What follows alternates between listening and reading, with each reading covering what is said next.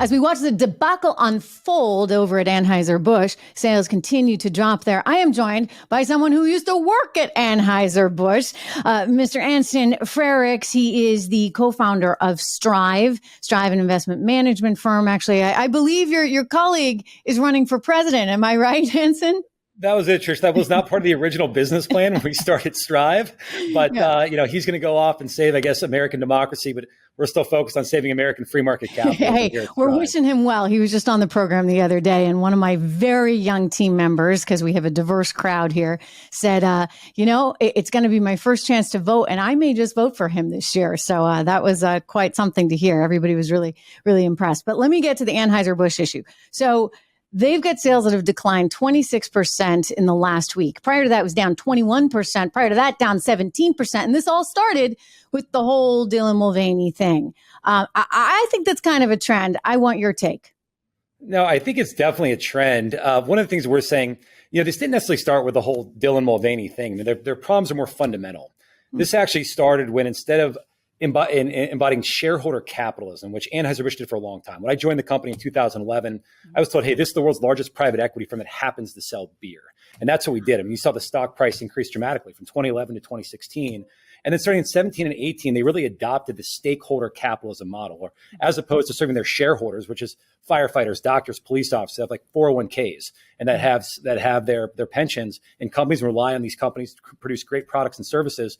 All of a sudden, they adopt this stakeholder capitalism model, which says that, hey, now all of a sudden you have to listen to activists and political organizations. And unfortunately, we're starting to see the manifestation of that play out, not in Anheuser-Busch, but other companies as well. And we believe that's bad for American capitalism and also American democracy. Oh, sure. I mean, I wholeheartedly agree with you. I think this ESG stuff is really distracting us from the values that this country was really based on, right, from the very beginning. And capitalism is such a critical part of our economic strength and our freedom.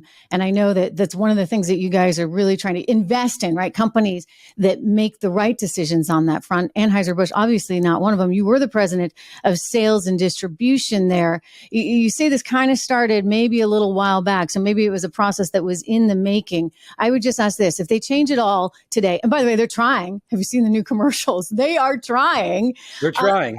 But can you recover from this? I mean, it's kind of gonna stick with you, I think. These Bud Light drinkers, they don't like us. It's going to be tough. I mean, they're only going to recover when they be clear about who they're trying to serve. Is it going to be those shareholders? And how do you drive shareholder value?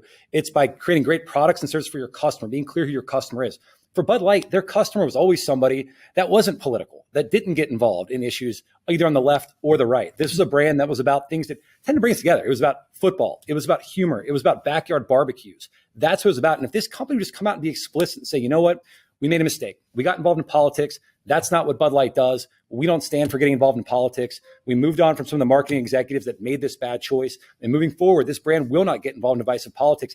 That has to be the way forward. That has to be the step forward. So then all of a sudden their commercials can look authentic again. Yeah. Because right now they're trying to put out, they just put out actually like a decent commercial, like country music fans, Zach Brown songs. Like if they would have just done that a month ago, like they'd be in a much better position than sponsoring somebody that stands for divisive politics. But but I was just saying, it's so mind-boggling to me, and I know you have a tremendous education background, and I just look at it, and some of the executives that were there also have tremendous education backgrounds.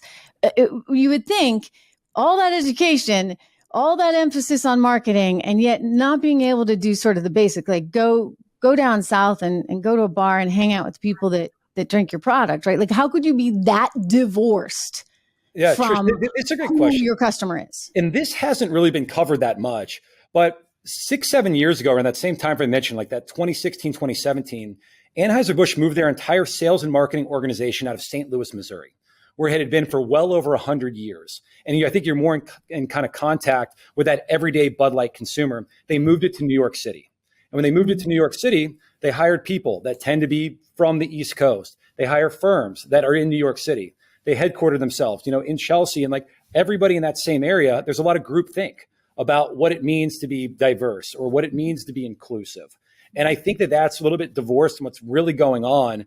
And, in the name of inclusivity, you don't necessarily want to alienate your existing customer base to try and bring in a new customer base. You have to build on your existing customer base. Like that to me is more inclusive than actually excluding the people that made this brand, the largest beer brand in the US. Here. In the news business, I've always said it's about leading, right? So you have a base, and most often you and your base are sort of in sync on whatever it is that the thoughts that you're in sync on. But then, sometimes as something comes along, you want to be able to lead. You keep everybody there, right? You can't just say, okay, well, you're the guy that brought me to the dance and now see ya, which is effectively what they just did at Bud Light. And I didn't realize that about where they moved their headquarters, because I know a lot of people from St. Louis, and they are, like it's authentic. It's like part of the flag, right? They all drink Bud. They love Bud. They love Bud Light.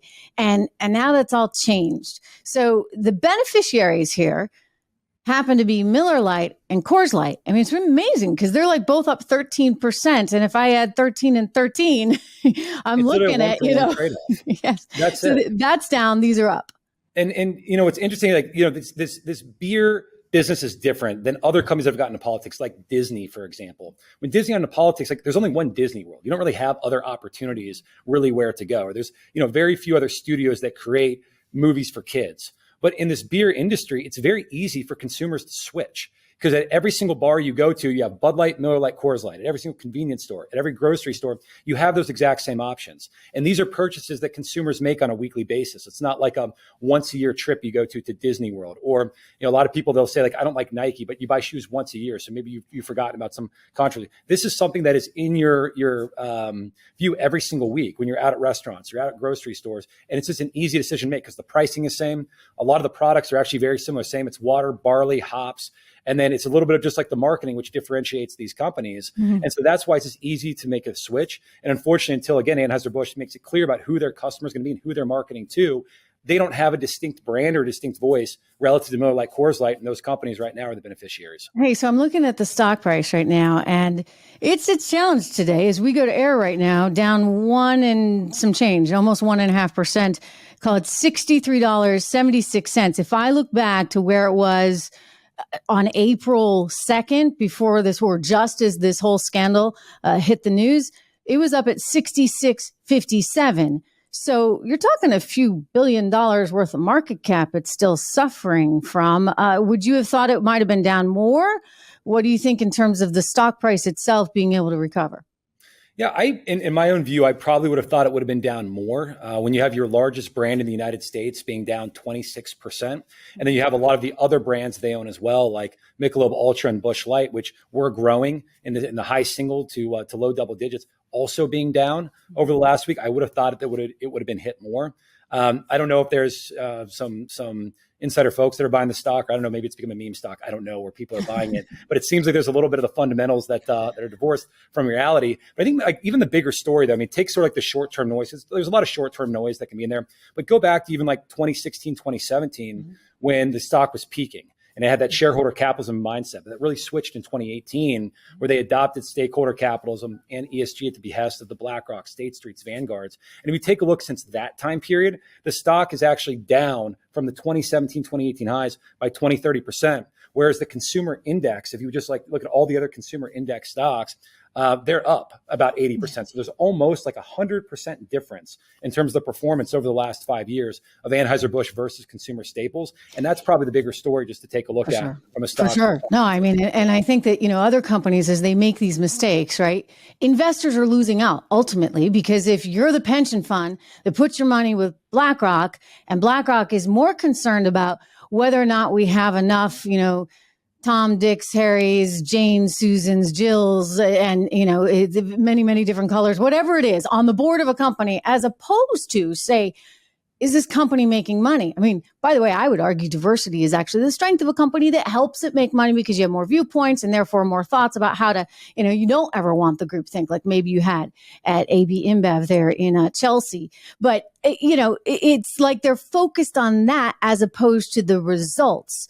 And the results are the profits, which I would think would drive a stock price higher. I mean, this is a much bigger theme for the country overall, and one I know you guys are really, really concerned about. No, Trish, you're exactly right. That's what we're trying to fix at Strive.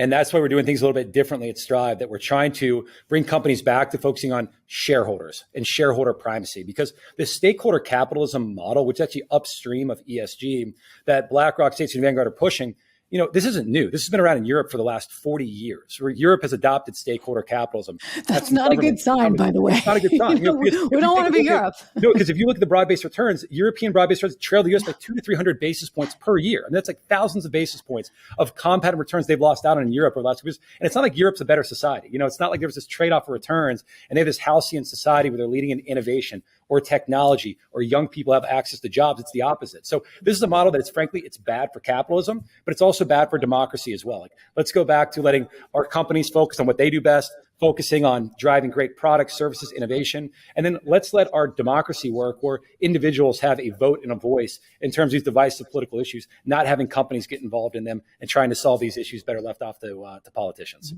that's what we're trying to do at Strive. Yes, no, it's a good thing you're doing it. Thank you so much for joining us today, Anson. Great to see you. We'll talk soon.